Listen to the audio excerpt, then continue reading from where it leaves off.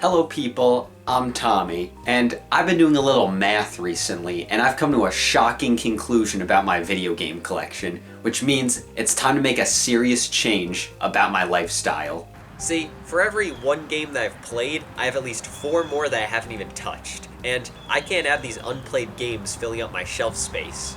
Luckily, I've come up with a foolproof solution to fix my backlog problems.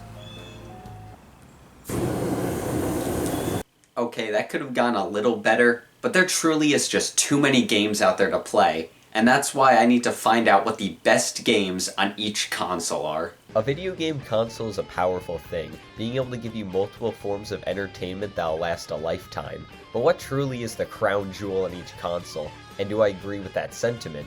But first, before we start, some ground rules. The game must originate on said console, no remakes or remasters. We'll be starting with the 3rd generation of consoles and going forward. I'll be using both Metacritic scores and online publication lists to discern the best game on a console. And lastly, I'll be splitting the games into categories of best game by score, my personal favorite game on the console, and occasionally sprinkle in a few other games for discussion if the time calls for it. Starting with the NES, the most hyped game is Super Mario Bros. 3, and yeah, that makes sense. This is one of the most hyped games of all time, and even had a movie be its reveal trailer in North America. It's an incredibly good game and one I have tons of nostalgia for from the Mario Advanced games, but I'm gonna have to go with Punch-Out as my favorite on the NES. Punch-Out strikes a good balance of early NES difficulty while still being incredibly fun to play over and over again. The Sega Master System was famous for only having a single good game. Chrono Trigger, Super Metroid, Super Mario World, Earthbound, A Link to the Past. The SNES has some of the most beloved games of all time and is one of the hardest consoles to find a concrete best game on. All these years later, the library still holds some of the most revered games of all time. But they're not Tetris Attack, so they might as well be in the garbage. Tetris Attack, Puzzle League, Panel de Pon, whatever you call it, is one of the most relaxing games of all time. A simple puzzle game that get you hooked easily. It's just a shame that this is a game that Nintendo doesn't make more of. But Panel de Pon did get added to the NES Online, so who knows, maybe we'll get more of this game in the future. Sega came in bloodthirsty this generation by making a console that actually had good games on it. The most popular game on the Genesis is Sonic the Hedgehog 2. Okay, look, I'm gonna be honest here and say I grew up in a very anti-Sega household, so I never really got to play Sonic games growing up, except for that werewolf one. However, once I got Steam on my computer, 11-year-old Tommy Gowers got to play the best game on the Genesis, Toe Jam and Earl. A simple game where you collect pieces of your spaceship. A much slower game, but still one of the best games on the Genesis and one of my earliest PC gaming memories. The Game Boy had a very long lifespan and had some really heavy hitters despite its low power. Often regarded as the Game Boy's best game is Link's Awakening. Coming off of the success of A Link to the Past on the SNES, having a portable Zelda game was a major deal. The fact that they were able to cram so much into a Game Boy cartridge is amazing, and the game can still be fairly enjoyable today. But for my favorite Game Boy game, I'm going full basic bitch mode and saying Tetris. The Game Boy version of Tetris was one of the first games I bought when I was really starting to get into collecting video games, so I have a lot of memories with this version. It's this version of Tetris that really kicked off my love for puzzle games, and without it, I probably never would have gotten into games like Tetris Attack or Dr. Mario. This is one of the most basic forms of Tetris, not having staple mechanics like holding and T-spins, but I will always have a soft spot for this one. The Virtual Boy and its most popular game, Wario Land. I've heard that this is actually a pretty good game other than the fact that I would look at severe acne than look at another Virtual Boy game for more than 5 minutes, but if it's not Jack Bros, I'm not touching it.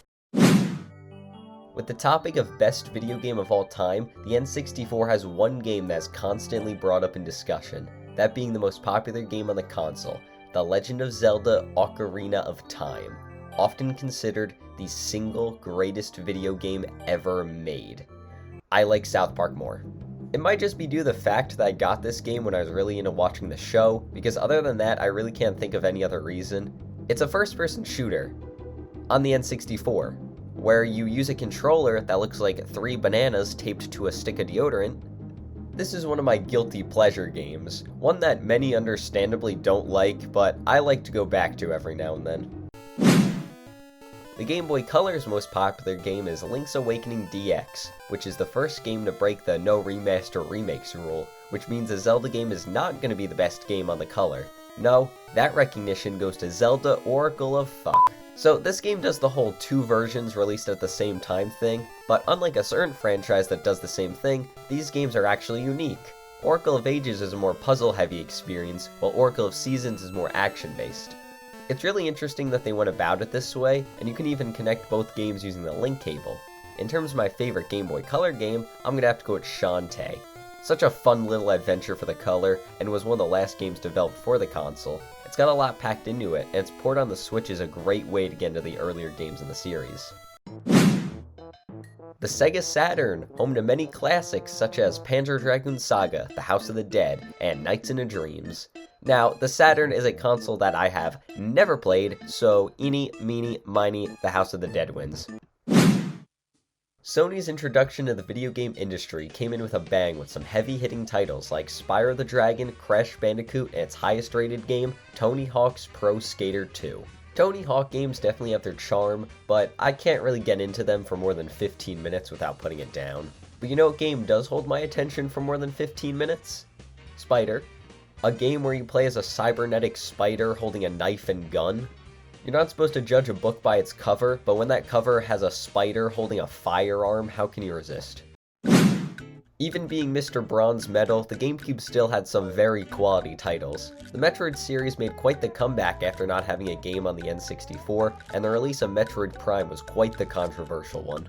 But the radical shift of putting a Metroid game in the first person definitely paid off in the long run, as Metroid Prime is now considered a landmark title on the GameCube and one of the best games on the system.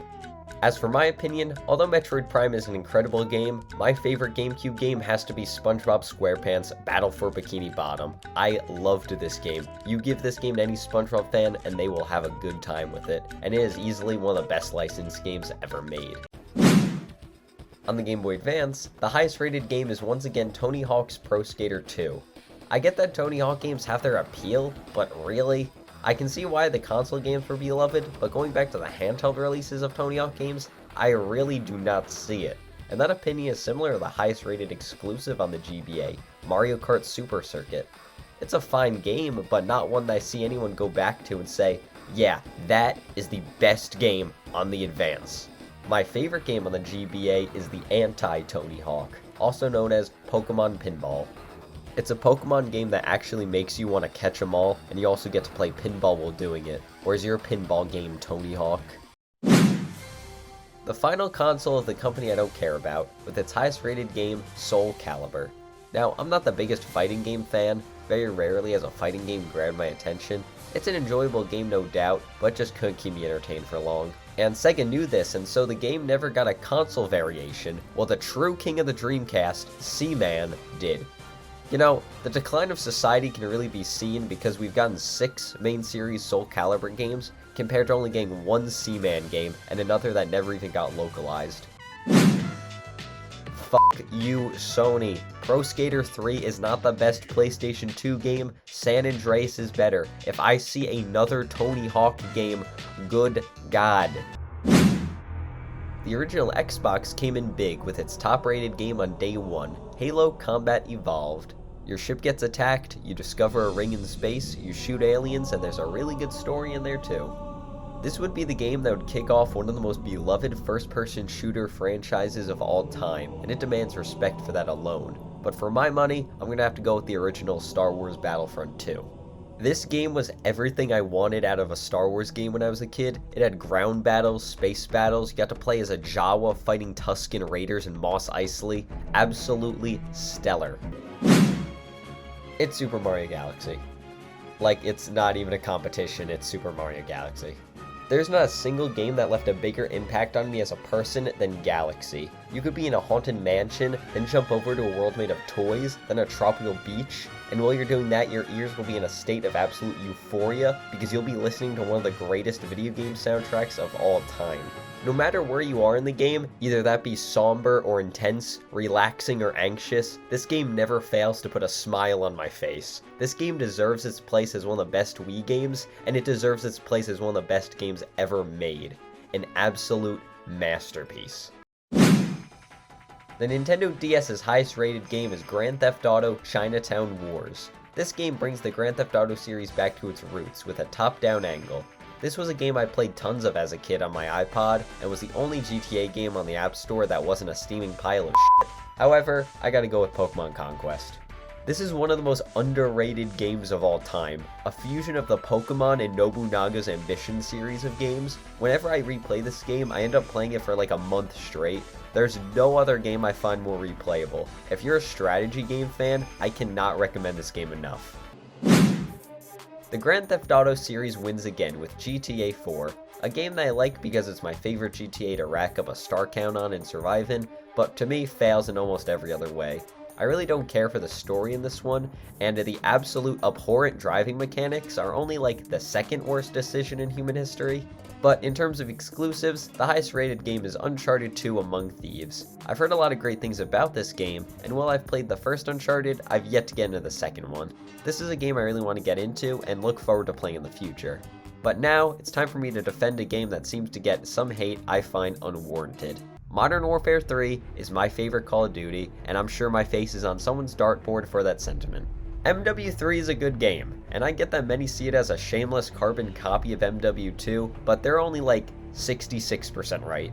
Its campaign ends the Modern Warfare trilogy very well. In terms of game modes, you have the much beloved survival mode, along with a new group of Spec Ops. It's nowhere near the most original game out there, but it will always be the Call of Duty game that I spent the most time playing on both PS3 and Xbox 360, and I will always love it for that. Sony's answer to the DS was the PlayStation Portable, and its top-tier game, God of War Chains of Olympus. It's very fine. It's definitely earned the title of most handheld God of War game, but other than that, it's a stripped-down version of God of War. Now for the true king of the PSP, Locoroco. Such a happy game to unwind to after a stressful day. It's not a game that you have to pay full attention to win, just pop it in and have some fun. On the Xbox 360, Grand Theft Auto 4 wins again, but we don't care because the top-rated exclusive is Gears of War. The first Gears of War had a fairly interesting campaign, but is my least favorite of the original Gears of War trilogy. Much more of a 2 and 3 guy myself. Without a doubt, my favorite game on the 360 is Left 4 Dead 2. Left 4 Dead 2 is my introduction to Valve games, and one of my most played games of all time. A fun game in single player, but if you get a group of people to play this game, it's one of the best cooperative experiences you can have. I have tons of memories of playing versus games where I would knock people off the map as a tank. Get some friends together and spend a night playing Left 4 Dead 2, you'll have an absolute blast. The Nintendo Wii U was famously Nintendo's introduction into the television remote market, with video games being a close second. The highest rated game on the Wii U was The Legend of Zelda Breath of the Wild, but come on, this game came out the day the Wii U lost all relevance, and many people see this as the Switch Zelda game at launch. The Wii U game with the highest rating, while the console actually mattered, was Super Mario 3D World. This game definitely had a rocky start, with it constantly fluctuating with being considered one of the best or one of the worst Mario games. I think it's a pretty good game all things considered, but on the Wii U, my favorite game is another Mario game, Super Mario Maker. This game came out at the perfect time, as it was a point when I was really into making my own levels in games, and loved playing all the user-created levels. Mario Maker 2 is a solid game, but the whole level creator thing really lost its luster on me by the time that one came out. Jumping up to the Nintendo 3DS, and the highest rated game on the system is The Legend of Zelda Ocarina of Time 3D, which once again breaks the non-remasters and remakes rule, so the second highest rated game on the 3DS is Fire Emblem Awakening. Now, this game definitely has a large group of fans, while also having a large group of critics, mostly due to its story, its gameplay, and how it changed the series going forward. But do I think this game should be this highly rated? Hell yes! I love this game, and although it wasn't my first Fire Emblem game, it's easily my favorite in the series, and a game that left a huge impact after I first completed it. I love the characters, the supports, the music, even the cutscenes, which are still to this day the best looking in the series. I recommend this game to anyone who needs a good 3DS game to play. Absolutely amazing game. Red Dead Redemption 2 is the highest rated game on the PlayStation 4. Like Uncharted 2, I have not touched this game, but I've heard very good things about it and would love to try it out in the future. The highest rated exclusive is Persona 5 Royal, but it's technically a remaster in the loosest sense of the word. So to make everyone happy, the second highest rated exclusive is God of War. All very strong games, but I'm gonna have to go with Persona 5 Royal as the best game on PS4. It took a chunk out of my life, so I have to act like it was worth it. Sony's biggest flub, the PlayStation Vita, really lacked a lot of big titles on it. Its highest rated game is Velocity 2X, a game that fuses many genres such as puzzle platforming and shoot 'em ups into a single package. My favorite Vita game has got to be Gravity Rush. This is a game I'd love to talk about more in the future, but to cut it short, it is a phenomenal experience. A game where you're able to manipulate gravity and use it as a weapon, with an incredibly wacky story to boot. A great single player experience. Childhood Disappointment's highest rated game was also Red Dead Redemption 2, while its best exclusive was Forza Horizon 4. Look, the Xbox One is my least favorite console to come from one of the big three. Other than the 3DS, this was actually the first console I got when the 8th generation started, and it was actually a big player in why I mostly abandoned console gaming for a while in the early to mid 2010s. The reason I bring this up is because I never had an Xbox One game I really enjoyed until about half a decade later when I got to play the rare Replay. Yes, the game that got me to play my old Xbox One again was a compilation game that had N64 and Xbox 360 games on it. And to rub salt into the wound, even my second favorite Xbox One game is another compilation game. You did it, Microsoft. I had to break my rules to talk about a good Xbox One game. Seeing this roller coaster of gaming opinions has really shown me that just because a game is considered the best of the best on a console doesn't mean everyone's gonna love it unanimously. Who knows, maybe even Backlog Game can become my favorite Xbox One game.